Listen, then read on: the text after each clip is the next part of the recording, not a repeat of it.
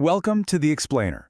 Today, we're diving into a shift in our information world that is just as big, maybe even bigger, than the printing press. It's something called Slopaganda, and it's all driven by the new, frankly terrifying economics of lying.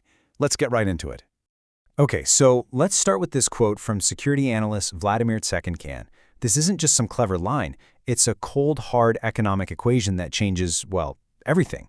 For literally the first time in human history, it is cheaper to create a believable lie than it is to report the actual truth. And that economic flip, it's the engine behind a whole new era of information warfare. So how on earth did we get here? How did we reach this tipping point where lies are just cheap? Well, it all comes down to a crazy drop in the cost of production. I mean, just look at the difference a decade makes. Back in 2016, if you wanted to run a big disinformation campaign, something like Russia's Internet Research Agency, you needed millions of dollars, you needed big, skilled teams, and you needed months to get it done.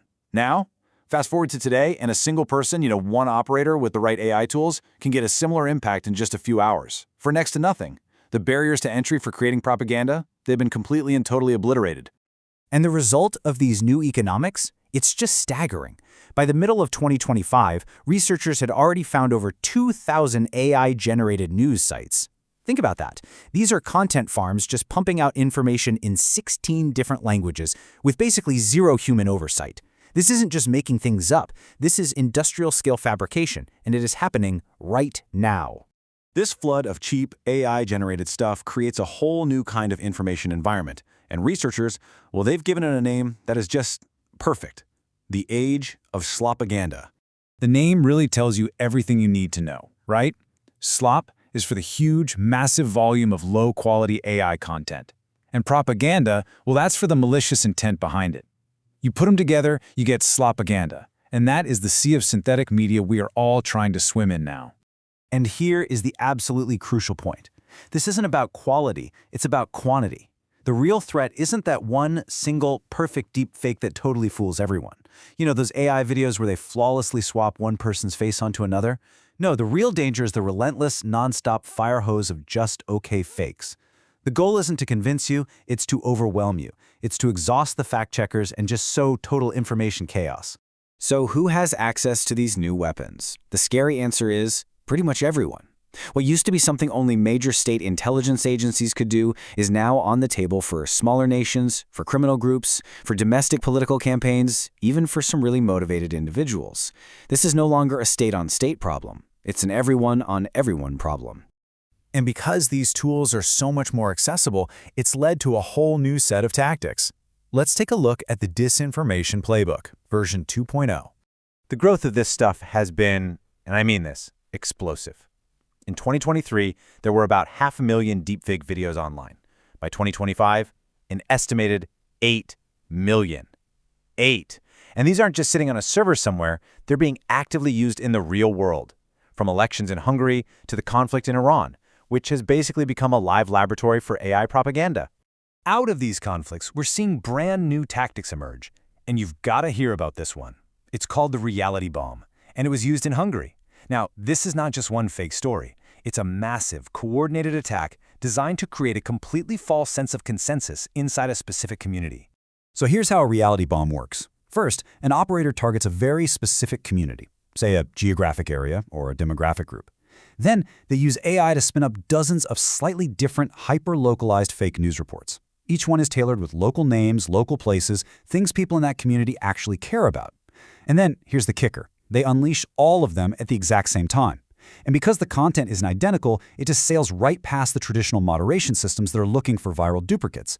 It's a swarm attack on reality itself. These new tactics, they really highlight the core problem here. We are fighting an asymmetrical war. Our defenses, the way we think about truth and lies, they just aren't built for this new kind of battlefield.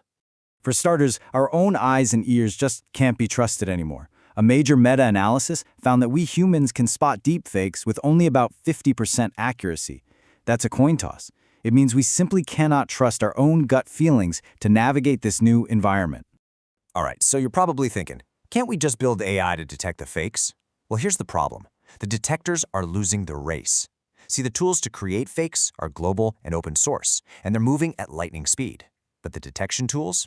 They're often centralized, corporate, and they move much more slowly. Every single time a new detection method gets released, it just gives the creators a brand new target to engineer their way around. It's a fundamental structural mismatch. They're always one step ahead. And what about regulations, like the big EU AI Act? Well, they have a huge blind spot. They're designed to govern legitimate companies who, follow rules. But the most dangerous actors, we're talking state intelligence agencies, foreign adversaries, criminal groups, they operate completely outside of any legal system. They have zero incentive to comply, to label their content, or to follow any of the rules. The laws just don't touch them. So, if our senses fail us, if our technology is always a step behind and our laws can't reach the worst offenders, what does that actually mean for the future of information? It means we're not fighting the same kind of war anymore. We are in a production contest. This quote right here is probably the single most important takeaway. Think about what it's saying. We are no longer in a simple fight between what's true and what's false. We are in a production war. The winner is the side that can generate the most content, the fastest, that hits people the hardest emotionally. In this kind of war, being factually correct is no longer a guaranteed win. So, the bottom line here is pretty stark. AI has completely changed the economics of lying. The sheer volume of this Slopaganda is overwhelming our ability to respond. Our tools for detection are stuck in a race they are structurally set up to lose. Our regulations are aimed at a problem we aren't even really facing.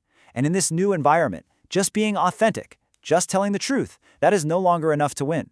Which leaves us all with a really deeply unsettling question. When the battlefield is just flooded with noise, when the cost of a lie is zero, and the fight is all about who can shout the loudest, in a war of pure volume, how can truth even begin to compete?